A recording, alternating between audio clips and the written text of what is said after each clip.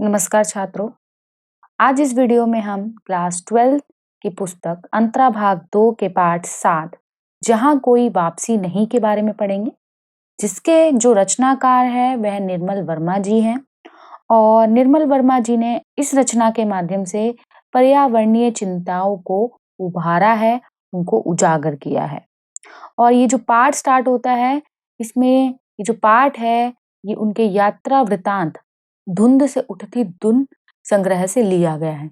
यानी उनकी एक रचना है यात्रा वृतांत, आप लोग जानते हैं यात्रा के दौरान रचना करना, ये जो जो भी उनकी यात्रा है उस यात्रा को आधार बनाकर रचना करना। तो जो उनकी रचना है धुन से उठती धुन, उसके से एक छोटे से अंश को यहाँ पर संकलित किया गया है और जिसका नाम है जहाँ कोई वापसी नहीं।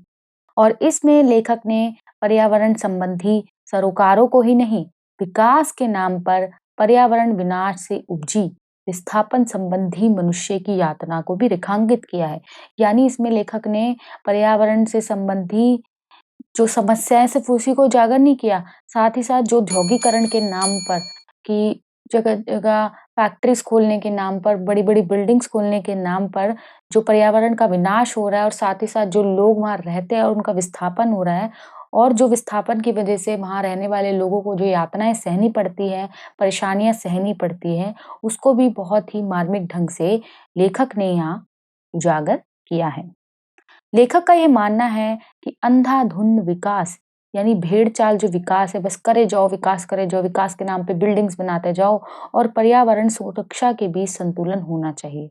यानी पर्यावरण को विकास ऐसा होना चाहिए जो पर्यावरण को नुकसान ना पहुँचाए।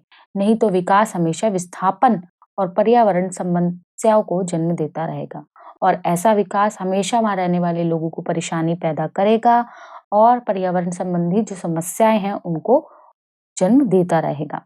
अब विस्थापन किसे कहा जाता है? हम विस्थापन समझ लेते हैं। विस्थापन उसको कहा जाता है जहाँ रहने वाले लोग अपनी मर्ज़ी से नहीं, फ़ोर्सफुली जो सरकार उनको ऑर्डर दे रही है वहाँ से जाने के लिए हमेशा के लिए, क्यों? क्योंकि वहाँ पे उस जगह पे कोई फैक्ट्री या औद्योगिकरण के नाम पे कोई विकास होगा और उनको वहाँ से जाने को कहा जाए और उसकी जगह उनको कोई नया स्थान दिया जाए और उसको विस्थापन कहा जाता है, जहाँ लोग अपनी मर्ज़ी से उस जगह को छोड़कर जाना नहीं चाहते हैं। आगे बढ़ते हैं छात्रों। औद्योगिक विकास के दौर में आज प्राकृतिक सौंदर्य किस तरह नष्ट होता जा रहा है, इसका मार्मिक चित्रण इस पाठ में किया गया है। यानी औद्योगिकरण के नाम पर, विकास के नाम पर जो प्रकृति के सौंदर्य को खत्म किया जा रहा है, उसको हम इस पाठ में भली-भांति देख सकते हैं। यह पाठ विस्थापितों की अनेक समस्याओं का हृदयस्पर्शी चित्र प्रस्तुत करता है। साथ ही साथ उस स्थान पर रहने वाले जो विस्थापित लोग हैं, जो वहाँ से छोड़कर अब जा रहे हैं, उनकी यातनाओं को भी यहाँ उजागर किया गया है। इस सत्य को भी उद्घाटित किया गया है कि आधुनिक यानी आज के समय में औद्योगिकरण की आंधी ने सिर्फ मनुष्य ही नहीं उखड़ता, यानी सिर्फ वो विकास औद्योगिकरण से मनुष्य को ही नहीं परेशान करता, मनुष्य का ही खत्म नहीं करता, बल्कि उसका परिवेश, रहने का तरीका, संस्कृति और जो वह रह रहा आवास स्थल हमेशा के लिए नष्ट हो जाते हैं। आशा करती हूँ अभी तक आपको जो मैंने शॉर्ट में पाठ के बारे में परिचय दिया वो आपको समझ आ गया होगा। यहाँ पे औद्योगिकरण के नाम पे जो परिस्थापन किया जा रहा है और प्रकृति का नुकसान किया जा रहा है उसकी ओर लेखक ने हमारा ध्यान आकर्षित किया है। तो पाठ की ओर बढ़ते हैं। पाठ का सार कुछ इस प्रकार है छात्रों कि यहाँ पे सबसे पहले एक शब्द हमारे सामने आता है, वो है अमझर। अमझर अर्थात आम के पेड़ों से घिरा हुआ गाँव। यानी ये पाठ 1983 सिंगरौली गाँव का है। लेखक पाठ कुछ इस प्रकार शुरू करता है कि जुलाई का अंत था, यानी जुलाई का महीना की एंडिंग थी या धान की रोपाई का समय था और इस समय बारिश के बाद खेतों में पानी खड़ा था। पानी खड़ा था यानी जुलाई का मौसम ऐसा होता है जहाँ पे बहुत बारिश होती है, तो उस वजह से वहाँ पे धान की रोपाई होनी थी और वहाँ पे जो पानी था बहुत था बारिश का। लेखक उस समय सिंगरौली क्षेत्र के नवा गाँव में गया हुआ था और जो लेखक था वो सिंगरौली क्षेत्र के नवा गाँव में गया हुआ था। इस क्षेत्र की आबादी 50,000 से ऊपर थी। 18 छोटे-बड़े गाँव बसे थे। यही एक गाँव था अमझर। अब इस गाँव का नाम अमझर क्यों पड़ा? अमझर इसलिए पड़ा क्योंकि वहाँ आम के पेड़ जो थे और वो जो गाँव था आम के पेड़ों से घिरा हुआ था, जहाँ आम झड़ते रहते थे। आम झड़ते रहने का मतलब यानी वो आम इतने ज़्यादा परिपक्व होके अपने आप ही नीचे गिर जाते थे कि वहाँ हमेशा ऐसा रहता था कि आमों की बरसात हो रही है, आम अपने आप ही नीचे गिरते रहते थे। लेकिन पिछले 2-3 वर्षों से पेड़ों पर सूनापन है। अब पिछले 2-3 वर्षों से पेड़ों पर सूनापन क्यों है? आगे हम चलते हैं। लेखक के पूछने पर पता चला कि जब से सरकारी घोषणा हुई है कि अमरौली प्रोजेक्ट के अंतर्गत नवा गांव के अनेक गांव उजाड़ दिए जाएंगे, तब से आम के पेड़ सूखने लगे हैं। यानी लेखक यहाँ बताना चाह रहा है कि सरकार ने वहाँ पर एक प्रोजेक्ट बनाना है जिसकी वजह से जो वहाँ के लोग हैं उनको वहाँ से विस्थापित कर दिया जाएगा, उनको वहाँ से हटा के कहीं और रहने के लिए जगह दी जाएगी, उनको वहाँ से हटा दिया जाएगा। तो ऑब्वियस है इन चीज़ों का इफ़ेक्ट सिर्फ़ मनुष्यों पर ही नहीं पड़ता, सिर्फ़ आदमी का ही नुकसान नहीं होता, इन चीज़ों को महसूस प्रकृति भी कर सकती है और प्रकृति इन चीज़ों को महसूस कर रही है, इसलिए 2 साल से जो आम के पेड़ हैं, वो वैसे नहीं हैं जैसे अमझर गाँव में हुआ करते हैं। जब आदमी उजड़ेंगे तब पेड़ जीवित रहकर क्या करेंगे? और जब आदमी वहाँ से चले जाएँगे, तो पेड़ वहाँ रहकर क्या करेंगे? यानी प्रकृति की भी अपनी भावनाएँ हैं, प्रकृति के अंदर भी अपने इमोशंस हैं, अपनी फीलिंग्स हैं। यहाँ इसके माध्यम से दर्शाया गया है। लेखक के लिए यह एक अनूठा अनुभव था, एक अनूठा यानी एक अलग अनुभव था लेखक के लिए। लोग अपने गाँव से विस्थापित होकर उन्मूलित होने के पहले वह कैसे परिवेश में रहते होंगे, किस तरह की ज़िंदगी बिताते होंगे, यह पहली बार अमझार गाँव में देखने को मिला। और जब किसी जगह के लोग वहाँ से विस्थापित होकर कहीं और जाने वाले हैं, तो उससे पहले वो किस तरीके का अपना लाइफ़स्टाइल जीते होंगे, लेखक को ये अमझार गाँव में देखने को मिला। छात्रों देखो आशा करती हूँ मैं भाषा बहुत ही सरल प्रयोग कर रही हूँ और बहुत ही मैं आराम से आपको व्याख्या दे रही हूँ। साथ ही साथ अगर ऐसा कोई वर्ड है जो आपको लगता है डिफ़िकल्ट है और मैं उसको नहीं बता पाई अपनी एक्सप्लेनेशन के दौरान, तो आप कमेंट कर दीजिएगा। मैं आपको कमेंट में उसका अर्थ या कोई ऐसी पंक्ति या कोई ऐसा वाक्य है जिसका मैं आपको नहीं एक्सप्लेन कर पाई या मुझसे मिस हो गया, वैसे तो मैं इसमें कुछ नहीं करूँगी। देखिए पाठ का सार है तो मुझे शॉर्ट में आपको समरी देनी है। तो फिर भी उसके बाद भी अगर आपको नहीं एक्सप्लेन होता या कोई डाउट है तो आप कमेंट करके मुझसे अवश्य पूछिए। मैं उस कमेंट का रिप्लाई देकर आपके जो डाउट्स हैं उनको क्लियर करूँगी। तो आगे बढ़ते हैं। आगे लेखक बताते हैं कि गाँव में चारों तरफ पानी है, समूची ज़मीन पर झील की तरह आदमी, पशु आधे पानी में आधे ऊपर तैरते दिखाई दिए। किंतु यह भ्रम है। यह बाढ़ नहीं, पानी में डूबे धान के खेत हैं। यानी लेखक को लगा कि इतना सारा पानी है और ये बाढ़ की वजह से है, लेकिन ये बाढ़ नहीं है, ये खेती का पानी है। औरतें एक पांत में झुकी हुई यानी औरतें जो है एक पंक्तियों में झुकी हुई धान पौधे छप-छप पानी में रोप रही हैं। यानी वो अपनी खेती कर रही हैं, जो भी उनके प्रोसीजर होता है फार्मर्स का। धूप में वो जो महिलाएँ हैं, काम कर रही हैं, वो लेखक को देखती हैं तथा सिर पर उन्होंने चटाई की किश्तीनुमा हैट पहनी हुई है, जो वियतनामी तथा चीनी औरतों की याद दिलाती है। जो चाइना में और वियतनाम में जो महिलाएँ होती हैं, इस तरह की कैप पहनती हैं। उन गाँव की महिलाओं ने भी जो खेती कर रही हैं, उन्होंने भी इस तरीके की हैट पहन रखी है, जो वहाँ की औरतों की याद दिलाती है। ज़रा-सी आहट पाते ही वे सिर उठाकर चौंकती नज़रों से देखती हैं, फिर काम में डूब जाती हैं। और आगे जो निर्मल वर्मा जी हैं बताते हैं कि वो चौंकती नज़र से मुझे देखती हैं, क्यों चौंकती नज़र से? क्योंकि वो लेखक को नहीं जानती, जो लेखक है उनके गाँव का नहीं है, तो उसको देखती है फिर वापस अपने काम में इन्वॉल्व हो जाती है, डूब जाती हैं। एक क्षण के लिए विश्वास नहीं होता कि आने वाले वर्षों में सब कुछ मटिया-मेट हो जाएगा। और लेखक को बिल्कुल भी ये सब देखकर ये एटमॉस्फेयर ये वातावरण देखकर बिल्कुल भी विश्वास नहीं हो रहा कि आने वाले समय में सरकारी जो घोषणा हुई है उसके अंतर्गत ये गाँव नष्ट हो जाएगा, ये लोग यहाँ से विस्थापित हो जाएँगे। झोपड़े, खेत, ढोर, आम के पेड़ सब एक गंदी आधुनिक औद्योगिक कॉलोनी की ईंटों के नीचे दब जाएगा। यानी जो प्रकृति है, जो वहाँ के रहने वाले लोग हैं, वो सब औद्योगीकरण के कारण वहाँ से हट जाएँगे और ये हँसती मुस्कुराती औरतें शहरों की सड़कों पर पत्थर कूटती दिखाई देंगी। पत्थर कूटती दिखाई देंगी क्योंकि वो यहाँ काम करती है, यहाँ उनसे उनका काम छिन जाएगा और उनको सड़कों पर शहरों में रोज़गार के लिए दर-दर भटकना पड़ेगा। आने वाले बच्चों को तो यह भी मालूम ना होगा कि यहाँ कभी आम झरा करते थे और जो इन गाँव के लोगों के बच्चे होंगे, उनको तो कभी ये पता भी नहीं चल पाएगा कि कैसा गाँव था कि यहाँ पर आम झरा करते थे, जिसकी वजह से इस गाँव का नाम अमझर पड़ा था। आगे बढ़ते हैं। आगे लेखक कहता है कि ये लोग आधुनिक भारत के नए शरणार्थी हैं। यानी ये जो आधुनिक भारत है, उसके नए शरणार्थी हैं, उसमें रहने वाले नए शरणार्थी किन्हें कहा जाता है? जो शरण लेने आए होते हैं। तो ये शरणार्थी हैं क्योंकि इनके खुद के घर तो इनसे छीन लिए जाएंगे और ये शरण लेने के लिए इनको दूसरे शहरों में विस्थापित कर दिया जाएगा। इन्हें औद्योगिकरण की आंधी ने अपनी घर जमीन उखाड़ कर निर्वासित कर दिया है। यानी औद्योगिकरण के नाम पर जो इनका विस्थापन किया जाएगा, इनकी ज़मीन इनसे छीन ली जाएगी, उसके नाम पर इनको वहाँ से उखाड़ कर फेंक दिया है। बाढ़ या भूकंप के कारण लोग अपने घर-बार को छोड़कर जाते अवश्य हैं, पर आफत टल जाने के बाद दोबारा उसी परिवेश में लौट आते हैं। लेकिन विकास और प्रगति के नाम पर जो लोग उजड़ते हैं, वह कभी अपने घर वापस नहीं लौटते। यानी इन वाक्यों के माध्यम से, इन पंक्तियों के माध्यम से लेखक यह बताना चाह रहा है कि विस्थापन के 2 कारण हैं। एक है प्राकृतिक और दूसरा है औद्योगिकरण। जब प्राकृतिक किसी तरह की कोई समस्या उत्पन्न होती है, कोई बाढ़ आना, कुछ भी होना, तो लोग कुछ समय के लिए वहाँ से हटकर सुरक्षित स्थानों पर रहने के लिए चले जाते हैं। लेकिन जब औद्योगिकरण की आंधी आती है, जब विकास की दौड़ में सरकार वहाँ कुछ करना चाहती है और वहाँ कोई प्रोजेक्ट बनाना चाहती है, तो वो वहाँ के लोगों को हमेशा-हमेशा के लिए वहाँ से हटा देती है और ये विस्थापन परमानेंट होता है। इसमें वो वापस अपने घर लौटकर नहीं आ सकते। तो इसी आधार पर लेखक ने विस्थापन के 2 कारण बताए हैं।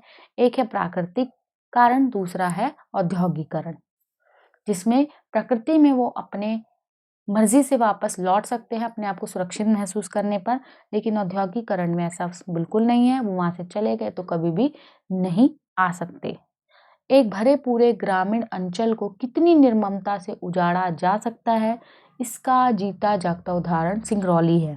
और आगे लेखक बताते हैं कि किस तरीके से अ, एक भरे पूरे गाँव को, जहाँ लोग रह रहे हैं, खुशी से जी रहे हैं, अपना जीवन बसर कर रहे हैं और उनको सिर्फ़ एक प्रोजेक्ट के नाम पर वहाँ से उछाड़ा जा रहा है, वहाँ से फेंका जा रहा है।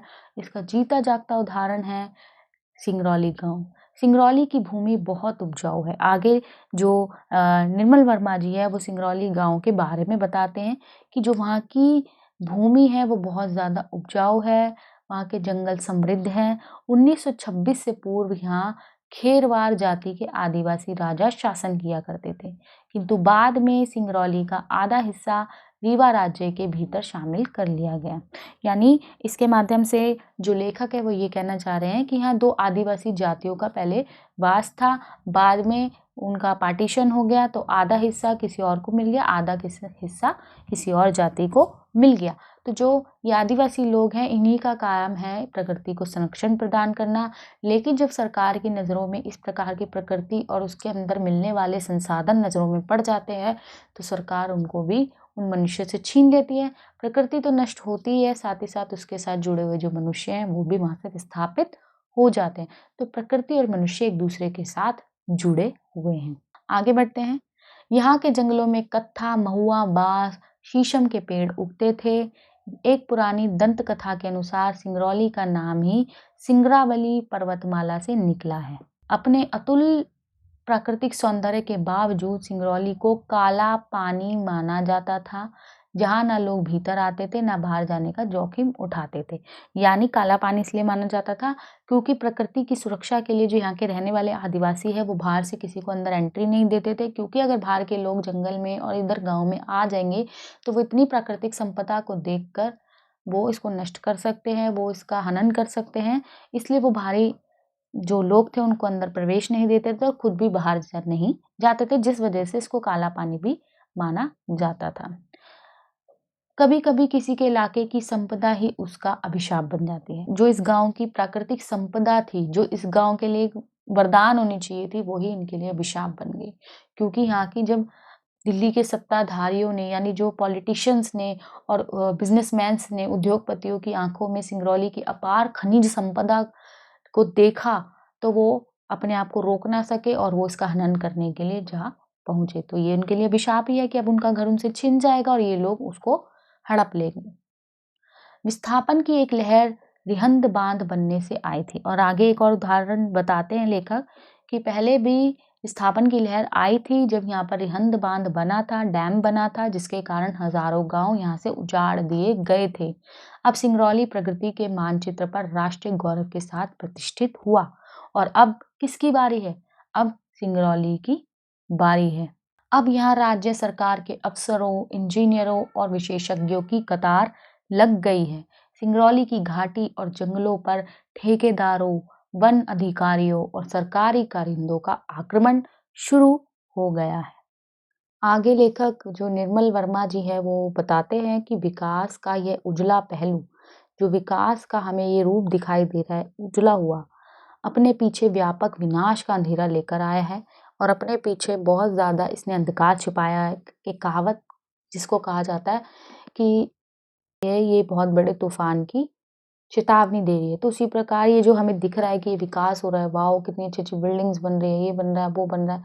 एक एक तरीके से जो ज़मीन है ये खोखली होती जा रही है, पृथ्वी धीरे-धीरे दम तोड़ती चली जा रही है। जैसे कि आपने कोरोना भी देखा कि जब कोरोना के दौरान जब इंसान को लॉकडाउन में रहना पड़ा तो पृथ्वी ने अपने आप को रिबूट किया, जिसकी वजह से हमें बहुत जो फ्रेश एयर मिली, हमें एकदम स्वच्छ वायु मिली, जो ओज़ोन लेयर थी उसने भी अपने आप को ठीक कर लिया, जो उसके अंदर नुकसान हो चुका था, जो उसके अंदर छेद हो चुके थे। तो उसी प्रकार ये प्रकृति का नुकसान होना हमारे लिए ही घातक आगे चल के सिद्ध होगा। आगे चल के जो निर्मल वर्मा जी वो कहते हैं कि भारत तथा यूरोप के देशों की प्रकृति को लेकर जो चिंताएँ हैं, वो भिन्न हैं। वो दोनों ही तरह की अलग। ये दोनों चिंताएँ किस तरीके से भिन्न हैं कि जो भारत की सांस्कृतिक विरासत यूरोप की तरह म्यूज़ियम और संग्रहालयों में जमा नहीं थी। यानी जो भारत की सांस्कृतिक विरासत है, वो रिश्तों में जीवित थी, जो आदमी को उसकी धरती, उसके जंगलों, नदियों अर्थात उसके समूचे परिवेश के साथ जोड़ती थी। यानी उनको कहीं सहज कर म्यूज़ियम में या संग्रहालयों में सहेज कर रखने की ज़रूरत नहीं थी। ये डायरेक्टली प्रत्यक्ष रूप से प्रकृति और मनुष्य का जो आपसी संबंध है, एक रिश्ते की तरह ये अभी तक जुड़ी हुई थी। यूरोप में पर्यावरण का प्रश्न मनुष्य और भूगोल के बीच संतुलन बनाए रखने का है और जो यूरोप है, उसमें प्रश्न है कि मनुष्य और भूगोल के बीच संतुलन किस प्रकार बनाया जा सकता है। लेकिन भारत में यही प्रश्न मनुष्य और उसकी संस्कृति के बीच पारस्परिक संबंध बनाए रखने का है। क्योंकि यहाँ पर जब रिश्ते मजबूत होंगे, इंसान मजबूत होंगे, उसकी संस्कृति मजबूत होगी और संस्कृति प्रकृति पर ही आधारित है। स्वातंत्रोत्तर भारत की ट्रेजेडी यही है। यानी 1946 के बाद जब भारत स्वतंत्र हो चुका है तो इसकी सबसे बड़ी त्रासदी, सबसे बड़ी ट्रेजेडी यही है कि उसने पश्चिम की देखा-देखी योजनाएँ बनाते समय प्रकृति, मनुष्य और संस्कृति के बीच के नाजुक संतुलन को नहीं बनाए रखा। यानी ये उन नेताओं की बात की जा रही है जो आज़ाद होने के बाद पश्चिमी से एजुकेशन ग्रहण करके आए हैं, पश्चिमी सभ्यता से शिक्षा ग्रहण करके आए हैं और वहाँ की होड़ यहाँ कर रहे हैं और इस अंधी दौड़ में उन्होंने ये नहीं देखा, उन्होंने ये नहीं सोचा कि ये योजनाएँ बनाते समय प्रकृति और मनुष्य और संस्कृति के बीच जो नाज़ुक एक संतुलन है, वो खराब हो सकता है, वो नष्ट हो सकता है।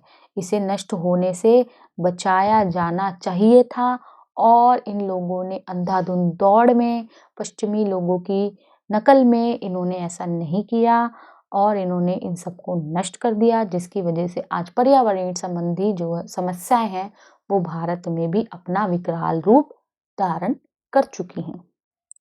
तो आशा करती हूँ इस प्रकार ये पाठ यहाँ समाप्त होता है। आपको छात्रों बहुत अच्छे से समझ आया होगा। उसके बाद भी अगर आपको किसी भी प्रकार की कोई दिक्कत या परेशानी हो तो आप मुझे कमेंट अवश्य करें। मैं आपके कमेंट का रिप्लाई ज़रूर दूँगी। साथ ही साथ इस पाठ के जो प्रश्न उत्तर है वो भी हम डिस्कस कर लेते हैं और इसके प्रश्न उत्तरों के PDF भी आपको नीचे डिस्क्रिप्शन लिंक में मिल जाएंगे। तो आइए अब हम बिना किसी देरी के इस पाठ के पहले प्रश्न की ओर बढ़ते हैं। तो पहला प्रश्न कुछ इस प्रकार है कि अमझर से आप क्या समझते हैं? अमझर गांव में सूनापन क्यों है? ये प्रश्न हम पाठ के माध्यम से पहले डिस्कस कर चुके हैं। देखिए छात्रों, पाठ के जो प्रश्न उत्तर होते हैं जो वही होते हैं जो पाठ से संबंधित होते हैं। तो ऑब्वियस अगर आपको पाठ क्लियर है, पाठ अच्छे से समझ आ गया है, तो आप उस चैप्टर के क्वेश्चंस के आंसर बड़ी इजीली, बहुत ही आसानी से दे सकते हैं। तो अमझर के बारे में हम डिस्कस कर ही चुके थे कि अमझर दो शब्दों से मिलकर बना है, आम तथा झरना या आमों का झरना। अब आमों का तो झरना पॉसिबल नहीं है और हम इसमें ये भी चर्चा कर चुके थे कि इस आधार पर अमझर शब्द का अर्थ हुआ वह स्थान जहाँ आम झड़ते हो या गिरते हो। ये एक गांव का नाम है अमझर और यह गांव आम के पेड़ों से घिरा था, जिसकी वजह से इस गांव का नाम अमझर पड़ गया था। लेकिन जब से यह सरकार द्वारा घोषणा हुई थी कि गांव में एक खबर पहुंची कि अमरोली प्रोजेक्ट के निर्माण के लिए नवा गांव के बहुत से गांवों को नष्ट कर दिया जाएगा, यानी एक नवा गांव है उसके अंदर छोटे छोटे बहुत सारे गांव हैं जिसमें से एक अमझर गांव है। तो जब ये पता चला कि इसको नष्ट कर दिया जाएगा और इसके स्थान पर जो भी औद्योगिकीकरण के नाम पर जो भी काम होगा, तब से इस गांव के आम के पेड़ों ने फलना फूलना छोड़ दिया है। अमझर गांव नवा गांव के क्षेत्रफल में आता है तो उसे भी उजाड़ा जाएगा। ये सूचना मानो प्रकृति को भी पता चल गई, अतः इस वजह से अमझर गांव में सूनापन है। यानी इसका इफेक्ट सिर्फ इंसान को नहीं पड़ा, वहाँ रहने वाली जो प्रकृति है उसको भी इन चीज़ों का इफेक्ट पड़ता है। और जैसे ही उन पेड़ों को पहले से पता चला तो जिस वजह से वो अमझर गांव आम के लिए फेमस था कि यहाँ तो आम जो है अपने आप पक पक के गिरते रहते हैं, और जैसे उनको खबर मिली या जो भी है प्रकृति भी उस चीज़ को महसूस करने लगी और पहले से ही मतलब आमों का झड़ना वहाँ पर बंद हो गया, वहाँ सूनापन छा गया। दूसरा प्रश्न है आधुनिक भारत के नए शरणार्थी किन्हें कहा गया? शरणार्थी, यहाँ उस समय की बात हो रही है कि एक शरणार्थी किसे कहा जाता है? जो शरण लेने आए हों। तो पहले शरणार्थी तो वो हुए जो भारत पाकिस्तान के विभाजन के दौरान पाकिस्तानी लोग यहाँ शरण लेने आए थे। तो आधुनिक भारत के नए शरणार्थी हजारों गांव के उन लोगों को कहा गया है जिन्हें आधुनिकता के नाम पर अपना गांव छोड़ना पड़ा है या छोड़ना पड़ेगा। भारत की प्रगति तथा विकास के लिए इन्हें अपने घर, खेत, खलिहान, पैतृक जमीन इत्यादि छोड़नी पड़ी है। वे विस्थापन का वह दर्द झेल रहे हैं जो उन्हें औद्योगिकीकरण के कारण मिला है। पहले वे शरणार्थी थे जिन्हें भारत पाक के विभाजन में विस्थापन का दर्द झेलना पड़ा था। अब ये नए शरणार्थी हैं जिन्हें औद्योगिकीकरण के कारण यह दर्द झेलना पड़ रहा है। तीसरा प्रश्न है कि प्रकृति के कारण विस्थापन और औद्योगिकीकरण के कारण विस्थापन में क्या अंतर है? देखो, कल हम इस बारे में पाठ में भी डिस्कस कर चुके थे कि प्रकृति के कारण जो लोगों का जाना होता है, वहां से विस्थापन करना होता है, उसमें क्या अंतर है, और जो औद्योगिकीकरण के कारण जो लोग वहां से जाते हैं उसमें क्या अंतर है। तो प्रकृति के कारण जो विस्थापन मिलता है उसकी क्षतिपूर्ति कुछ समय बाद पूर्ण की जा सकती है, यानी जो नुकसान हुआ है उसकी भरपाई प्रकृति अपने द्वारा ही स्वयं वो कर देती है या उसको पूर्ण किया जा सकता है। लोग प्राकृतिक आपदा के बाद पुनः अपने स्थानों पर जा बसते हैं और जब सब कुछ ठीक हो जाता है तो वह वापस पहले की तरह अपनी नॉर्मल लाइफ उसी जगह पर जुड़े रहते हैं। सब कुछ नष्ट होने के बाद का जो दुख होता है वो तो असहनीय होता है, लेकिन अपनी ज़मीन से वे लोग जुड़े होते हैं, यानी अपनी ज़मीन उन्हें नहीं छोड़नी पड़ती। लेकिन इसके ठीक विपरीत जो औद्योगिकीकरण के कारण जो विस्थापन मिलता है वो ज़बरदस्ती थोपा गया होता है। इसमें मनुष्य अपनी पैतृक संपत्ति, धरोहर, खेत खलिहान, अपनी यादों तक को खो देता है। उसे पुनः मिलने की आशा होती ही नहीं है। बेघर होकर उसे एक स्थान से दूसरे स्थान में भटकने के लिए विवश होना पड़ता है। चौथा प्रश्न है यूरोप और भारत की पर्यावरणीय संबंधी चिंताएं किस प्रकार भिन्न है? ये भी देखिए, सारे में बार बार आपसे बोल रही है, सारे वही प्रश्न हैं जो कल हम पाठ के दौरान हम एक तरीके से पाठ में पढ़ चुके हैं और उन्हीं को प्रश्नों के रूप में परिवर्तित करके यहाँ आपसे पूछ लिया जाता है। तो यूरोप में लोग मानव तथा भूगोल के मध्य बढ़ रहे असंतुलन को लेकर चिंतित हैं। यानी जो यूरोपीय देश है उसमें जो वहाँ के जो लोग हैं वो मानव यानी इंसानों तथा भूगोल और जो प्राकृतिक बनावट है, जो बनावट है पृथ्वी की या जो भी है उसके मध्य जो असंतुलन बढ़ रहा है उसको लेकर चिंतित है। लेकिन भारत में स्थिति बिल्कुल इसके उल्टी है, विपरीत है। यहाँ पर्यावरणीय चिंताएं मानव तथा संस्कृति के मध्य समाप्त हो रहे पारंपरिक संबंध से है। कैसे? हम देखिए हम किसी भी धर्म को अपनाते हैं, किसी भी संस्कृति को अपनाते हैं तो वो सब के सब हमारे प्रकृति से जुड़े हुए हैं। हम उदाहरण लेकर चलते हैं, जैसे हम तुलसी की पूजा करते हैं तो वो भी एक प्रकृति का ही स्वरूप है। हम पेड़ पौधों को पूजा करते हैं। हम गाय को रोटी खिलाना है, गौ माता की पूजा करना, वो भी प्रकृति का स्वरूप है। हम त्योहारों पर नदियों में जाकर स्नान करते हैं, वो भी प्रकृति का स्वरूप है। तो ये हमारे यहाँ जो जितनी भी धर्म से संबंधित संस्कृतियां हैं, जो भी हैं, वो सब प्रकृति के साथ जुड़े हुए हैं। तो इसकी वजह से क्या हो रहा है, प्रकृति और मानव के बीच यानी संस्कृति और मानव के मध्य जो संबंध है वो खत्म होते जा रहे हैं। हमारे यहाँ संस्कृति जो पर्यावरण से जुड़ी हुई है, पर्यावरण विद्यमान नहीं रहेगा तो संस्कृति भी अपना अस्तित्व खोती चली जाएगी। आशा करती हूँ उदाहरण के माध्यम से बहुत आसानी से समझ आया होगा। 5वां प्रश्न लेकर चलते हैं। 5वां प्रश्न में पूछा गया है कि लेखक के अनुसार स्वातंत्रोत्तर भारत की सबसे बड़ी ट्रेजेडी क्या है। जो उस समय 1946 के बाद के राजनीतिज्ञ रहे, उनकी सबसे बड़ी चिंता यही रही थी कि उन्होंने भेड़चाल चलने की कोशिश की। उन्होंने सोचा कि औद्योगिकरण को भारत के विकास और प्रगति के रूप में उन्होंने चुना और उनका मानना था कि औद्योगिकीकरण को अपनाकर भारत को पुनः अपने पैरों पर खड़ा किया जा सकता है। यह मात्र पश्चिमी देशों की नकल स्वरूप थी। हमने इस भेड़चाल में जो प्रकृति और संस्कृति से प्रेम भरा संबंध था उसे स्पष्ट नष्ट कर डाला। हम चाहते तो यह प्रयास कर सकते थे कि यह संबंध भी नष्ट नहीं होता और हम विकास और प्रगति को प्राप्त कर जाते। हमने अपनी क्षमताओं पर विश्वास नहीं किया और पश्चिमी देशों की नकल करने पर उतारू हो गए। यही स्वातंत्र्योत्तर भारत की सबसे बड़ी विडंबना है, ट्रेजेडी है, त्रासदी है। क्लियर है? 6वां प्रश्न है, औद्योगिकीकरण ने पर्यावरण का संकट पैदा कर दिया है, क्यों और कैसे? औद्योगिकीकरण ने कैसे? फैक्ट्रीज लगती हैं या कुछ भी ऐसा काम होता है तो ऑब्वियस है उस जगह की स्पेसिंग के लिए वहाँ के लोगों को हटाना पड़ता है, वहाँ प्रकृति को नष्ट करना पड़ता है। तो औद्योगिकीकरण पर्यावरण का संकट पैदा करने में सबसे बड़ा कारण रहा। औद्योगिकीकरण के कारण दिल्ली का उदाहरण लेकर चलते हैं। सबसे पहले यहाँ मेट्रो बननी शुरू हुई थी, तो यहाँ जब अंडरग्राउंड मेट्रो बननी शुरू हुई है, ऊपर तो चलो ठीक है, फिर पेड़ वेड़ कट रहे हैं, दिल्ली में इतने ज़्यादा ट्रीज वगैरह है भी नहीं, लेकिन अंडरग्राउंड जब मेट्रो बन रही है तो खुद सोचिए धरती कितनी खोखली हो रही है नीचे से हम जाते हैं अंडरग्राउंड मेट्रो में, हमें कितना अच्छा लगता है सब कुछ। लेकिन कभी आजकल आप देख भी रहे होंगे कि भूकंप वगैरह कितने आते हैं, कितने ज़्यादा अर्थक्वेक आ रहे हैं। क्यों? क्योंकि हमारी धरती जो है निरंतर खोखली होती जा रही है। और मेट्रो जो प्रोजेक्ट है, मैं नहीं कह रही खराब है ये चीज़, ये लोगों की विकास के लिए, लोगों की सफलता के लिए, लोगों की आसानी के लिए भी बहुत महत्वपूर्ण है। लेकिन ये तब तक ही अच्छी लगती है जब तक ये प्रकृति को नुकसान ना पहुंचाए, और धरती को खोखला करना ये बहुत बड़ा प्रकृति के साथ खिलवाड़ है। तो आगे बढ़ते हैं। औद्योगिकीकरण के लिए सरकार ने उपजाऊ भूमि तथा वहाँ के परिवेश को नष्ट कर डाला, जैसा कि दिल्ली का उदाहरण, और अब और भी जगह पे मेट्रोज बन रही हैं और भी स्टेट्स में बन चुकी हैं। इसका प्रभाव यह पड़ा कि प्रकृति असंतुलन बढ़ गया है। औद्योगिकीकरण ने विकास तो दिया लेकिन प्रदूषण का उपहार भी हमें दे दिया।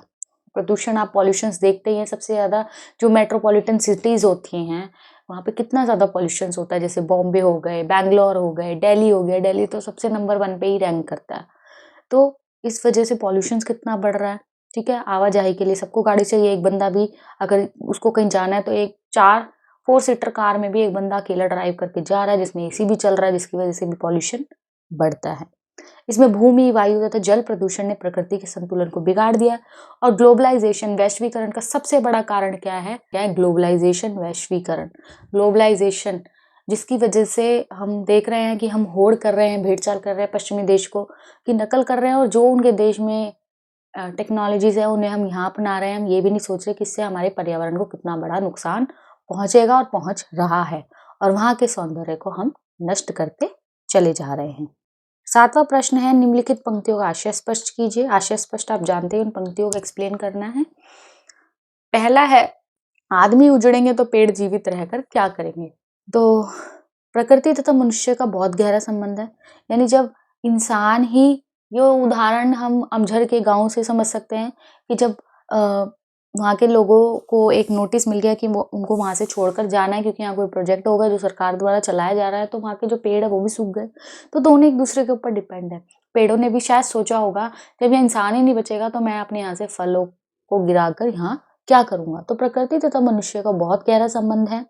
मनुष्य सदैव से प्रकृति के साथ तालमेल बिठाकर जिया है, अतः यदि मनुष्य दुखी होता है तो उसका असर प्रकृति पर भी पड़ता है। ये फैक्ट है। आपको लगता है ये कैसे पॉसिबल है, बट ये फैक्ट है। अगर आप प्रकृति के साथ ज्यादा घनिष्ठता से जुड़े हुए हो, आप दुखी हो, तो आपके जो प्रकृति है वो भी इफेक्टेड होती है। पेड़ और मनुष्य का रिश्ता सदियों के साथ रहा है। पेड़ों ने मनुष्य सभ्यता को बढ़ाया ही नहीं बल्कि उनका पालन पोषण भी किया है।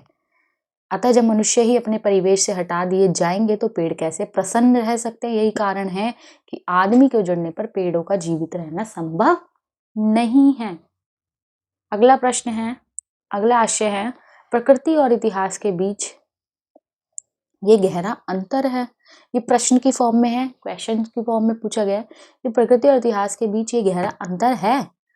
तो प्रकृति और इतिहास के बीच का अंतर उनके स्वभाव से स्पष्ट हो जाता है। प्रकृति जब किसी आपदा को भेजती है तो पुनः मनुष्य को जीने का अवसर प्रदान करती है, उनको जीने के लिए अवसर देती है कि वो दोबारा जब चीजें इनहेल हो जाती है, ठीक हो जाती है, तो मनुष्य वापस वहां आकर रह सकता है।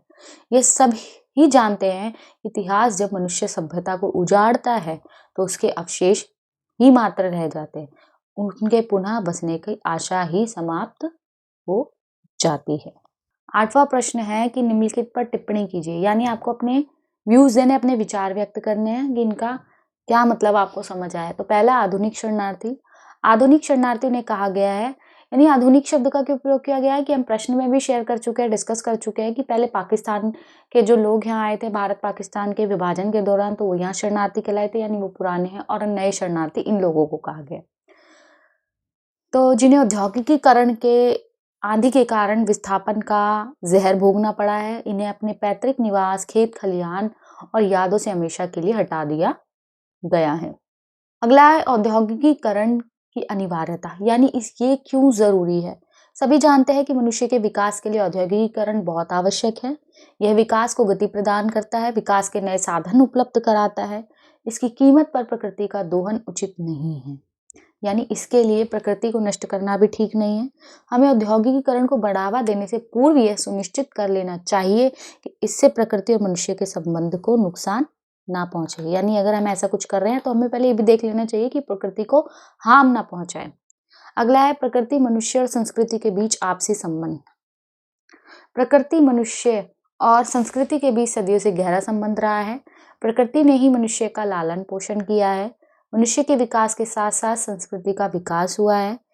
यदि इनमें से कोई भी एक कड़ी टूटती है, ये मानना ही कि बाकी कोई नुकसान नहीं पहुंचेगा मूर्खता होगी।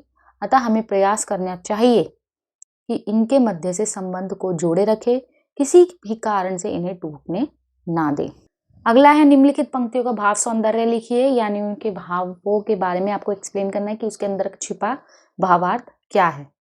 कभी कभी किसी इलाके की संपदा ही उसका अभिशाप बन जाती है। ये भी हम डिस्कस कर चुके हैं कि जो यहाँ नवा गांव की जो प्राकृतिक संपदा है वही उनके लिए अभिशाप बन गई, क्योंकि वो इतने ज़्यादा रिसोर्सेज वहाँ पर है कि सरकार को उनका प्रयोग करना है, और उनको प्रयोग तभी अनिवार्य है जब वहाँ के लोग वहाँ से हटेंगे। उनको विस्थापित करना जरूरी है। तो इसका भाव सौंदर्य देखते ही बनता है। लेखक एक गहरी बात को बहुत सुंदर शब्दों में व्यक्त करता है। इन शब्दों के माध्यम से बताना चाहता है कि यदि कोई इलाका खनिज संपदा से युक्त है तो नहीं मानना चाहिए कि वह उसके लिए वरदान है। गहराई से देखे तो वह उसके लिए अभिशाप बन जाता है। ऐसा अभिशाप जो उसके नष्ट होने का कारण बन जाता है। उसकी खनिज संपदा का दोहन करने के लिए उस स्थान को उजाड़ दिया जाता है।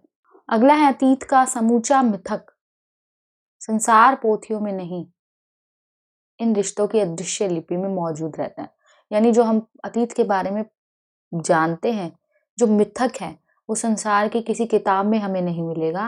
वो हमें एक अदृश्य रिश्ते की तरह एक लिपि में, जिसको कोड जिसको हम कहते हैं कि एक ऐसी कोडिंग लैंग्वेज है जिसको समझना नामुमकिन है। इन पंक्ति के माध्यम से लेखक ने प्रकृति तथा मनुष्य के मध्य संबंध की घनिष्ठता को बहुत ही सुंदर रूप में अभिव्यक्त किया है। शब्दों के मोती भाव को इतनी सुंदरता से व्यक्त करते हैं कि पंक्ति पढ़कर ही मन प्रसन्न हो जाता है। इसमें लेखक बताना चाहता है कि भारतीयों ने प्रकृति के साथ अपने गहरे संबंध को इतिहास में नहीं लिखा है, बल्कि उसे रिश्तों में एक प्रकार रचा बसा लिया है कि उसे अक्षरों की आवश्यकता नहीं है। वह आंखों से ही दिखाई दे जाता है। इसके लिए हमें इतिहास में नहीं बल्कि अपने आसपास देखने की आवश्यकता है, जो हमारे खान पान, रहन सहन, वेशभूषा, तीज त्योहार, रीति रिवाज के माध्यम से अभिव्यक्त होता है। यानी हमें इनके लिए समझने के लिए हमें किताबों में घुसने की जरूरत नहीं है। ये हम आसपास के माहौल को देखकर बड़ी ही सरलता से इन चीजों को समझ सकते हैं। तो इस प्रकार इस पाठ के प्रश्न उत्तर यहाँ समाप्त होते हैं। आशा करती हूँ पाठ भी अच्छे से समझ आया होगा, प्रश्न उत्तर भी आपको क्लियर होंगे।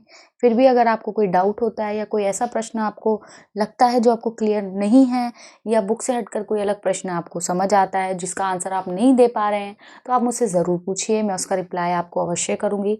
साथ ही साथ वीडियो को लाइक करें, कमेंट करें व अपने दोस्तों के साथ शेयर करना बिल्कुल ही ना भूलें। और अगर आपने अभी तक मेरे चैनल को सब्सक्राइब नहीं किया है तो जल्द से जल्द सब्सक्राइब कर लीजिए, ताकि आगे आने वाले वीडियोस के अपडेट सबसे पहले आपको मिले। धन्यवाद।